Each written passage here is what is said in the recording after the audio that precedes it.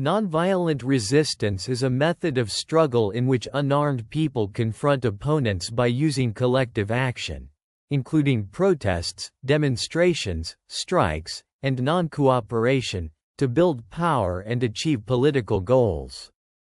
Armed struggle used to be the primary way in which movements fought for change from outside the political system. Today, campaigns in which people rely overwhelmingly on nonviolent resistance have replaced armed struggle as the most common approach to political action worldwide. Why have people seeking political change increasingly been turning to nonviolent resistance? In the post-war era, wider segments of society have come to value and expect fairness, the protection of human rights, and the avoidance of needless violence. This shift may have heightened popular interest in civil resistance as a way to advocate for human rights. The horrors of war have become much more visible than in the past, while realistic alternatives are more clearly within reach. The post-Cold War rise in nonviolent resistance also coincided with the growing presence of international non-governmental organizations explicitly focused on sharing information about the theory and practice of nonviolent resistance. More troublingly, people today may have new motivations to resist. Over the past decade, more and more democratic governments have turned back into authoritarianism. In recent years, the weakening of democratic rights has provoked mass protests both in authoritarian countries such as Egypt, Hungary, and Turkey, and in democracies such as Brazil, Poland, and the United States. With the coming of the Trump presidency, many people in the United States have begun to embrace the theory and knowledge of civil resistance, and to put these insights into action. And the U.S. retreat from a global democracy agenda, and, indeed, the weakening of democratic institutions within the United States itself, has shaken confidence that established institutions are willing or able to manage urgent policy challenges such as racial justice, climate change, public health, and rising inequality. Popular expectations of economic justice and opportunity have clashed with disappointing realities in economies that have been weakened in the wake of the 2008 financial crash. Curiously, nonviolent campaigns over the past 10 years have succeeded their historical counterparts. From the 1960s until about 2010, success rates for revolutionary nonviolent campaigns remained above 40%, climbing as high as 65% in the 1990s. But success rates for all revolutions have since declined. Since 2010, less than 34% of nonviolent revolutions and a mere 8% of violent ones have succeeded. The past decade therefore presents a troubling paradox. Just as civil resistance has become the most common approach to challenging regimes, it has begun to grow less effective, at least in the short term. What has changed? The most tempting explanations for the decline in effectiveness of civil resistance campaigns focus on the changed environment within which they now operate. With the election of Donald Trump in 2016, the United States has accelerated its retreat from its global role as a superpower with a democratic agenda. Although many have criticized this agenda as a form of neo-imperialism disguised as liberalism, the liberal international order established by the U.S. and other leading Western nations also coincided with an expansion of human rights regimes that produced governmental and non-governmental watchers who named and shamed human rights abuses. These trends may have opened space for political dissent in many countries around the world. In the post-Cold War world, authoritarian regimes were particularly vulnerable to nonviolent challenges from below because they needed to maintain the show of respect for human rights in order to please their democratic allies and patrons. For instance, Egypt's dependence on foreign assistance meant that when revolution broke out in 2011, The Egyptian military willingly accepted scrutiny from liberal democracies such as the United States. Without an activist United States, and more broadly, without powerful champions of human rights who have real influence over undemocratic regimes, we would expect greater brutality against nonviolent protesters. That argument may have some merit. But it also overstates the degree to which the United States has been a genuine champion of democracy and human rights around the world. After all, the United States has a long history of helping to install right-wing dictators in the post-war period, including Shah Mohammad Reza Pahlavi in Iran, General Joseph Mobutu in Congo, General Augusto Pinochet in Chile, and others who came to power through US-backed coups. The argument also overestimates the degree to which democratic patrons have real influence over how their undemocratic allies conduct their domestic affairs. Historically, the fate of nonviolent resistance campaigns has depended much more on their ability to build their power by securing mass participation, as well as revolts among security forces and economic elites, than on the behavior of unreliable foreign governments. Therefore, upon deeper inspection, the argument has little support in the historical record.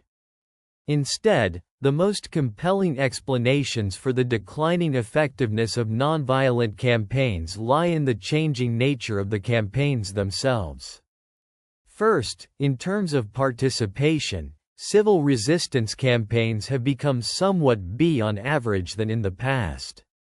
There have certainly been impressive mass demonstrations in the years since 2010. In 2017 and 2019, millions of people turned out to protest against Venezuelan President Nicolas Maduro. And in Chile, the October 2019 uprising against the government of President Sebastián Piñera reportedly drew 1 million people nationwide. Yet despite the dramatic images of crowds filling public spaces, recent movements on the whole, at their peaks, have actually been than successful movements of the late 1980s and 1990s. In the 1980s, the average nonviolent campaign involved about 2% of the population in the country where it happened. In the 1990s, the average campaign included an amazing 2.7% of the population. But since 2010, the average peak participation has been only 1.3%, continuing a decline that began in the 2000s. This is a crucial change. A mass uprising is more likely to succeed when it includes a larger proportion of a nation's population. Second, contemporary movements tend to rely too heavily on mass demonstrations while neglecting other techniques, such as general strikes and mass civil disobedience, that can more forcefully disrupt a regime's stability.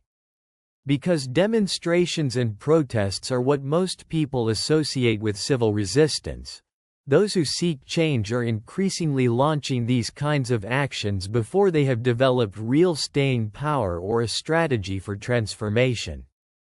Compared to other methods, street protests may be easier to organize on short sea. In the digital age, such actions can draw participants in large numbers even without any structured organizing coalition to carry out advanced planning and coordinate communication. But mass demonstrations are not always the most effective way of applying pressure to elites, particularly when they are not sustained over time. Other techniques of non-cooperation, such as general strikes and stay-at-homes, can be much more disruptive to economic life and thus bring about more immediate effects. It is often quiet, behind-the-scenes planning and organizing that enable movements to mobilize in force over the long term, and to coordinate strategies in a way that builds participation, influence, and power. For the many contemporary movements organized around leaderless resistance, such capacities can be difficult to develop. Very possibly related to movements' overemphasis on public demonstrations and marches is a third important factor. Recent movements have increasingly relied on digital organizing, via social media in particular. This creates both strengths and drawbacks. On the one hand, digital organizing makes today's movements very good at assembling a large number of participants on short C. It allows people to communicate their anger broadly, across audiences of thousands or even millions. It gives organizers outlets for mass communication that are not controlled by mainstream institutions or governments. But the resulting movements are less equipped to turn their numbers into effective organizations that can plan, negotiate, establish shared goals, build on past victories, and sustain their ability to disrupt a regime. Some movements that have emerged from digital organizing have found ways to create long-term organizations. But even then, their initial reliance on the internet has a dark side. Easier communication also means easier control. Those in power can use digital technologies to monitor, single out, and suppress protesters. Dictators have also exploited digital technologies not only to gather their own supporters, but also to spread misinformation and propaganda. This leads to the fourth factor that may be contributing to the decreased effectiveness of contemporary civil resistance movements. Nonviolent movements increasingly embrace or tolerate smaller groups that become violent. From the 1970s until 2010, the share of nonviolent movements with violent elements remained between 30 and 35%. In 2010-19, it climbed to more than half. Even when the overwhelming majority of activists remain nonviolent, civil resistance movements that mix in some armed violence, such as street fighting with police or attacking counter-protesters, tend to be less successful in the end than movements that remain disciplined in rejecting violence. 9. This is because violence tends to increase the overall suppression of a movement's participants while making it harder for us to regard these participants as innocent victims of this brutality. Authoritarian regimes can cast violent protesters as threats to public order. In fact, governments often provoke movements into adopting violence at the margins, thereby giving the regime justification for the use of extreme force in response. What powerholders really fear is persistent, nonviolent, mass rebellion, which exposes as a lie their formidable strength while simultaneously removing any excuses for violent suppressions.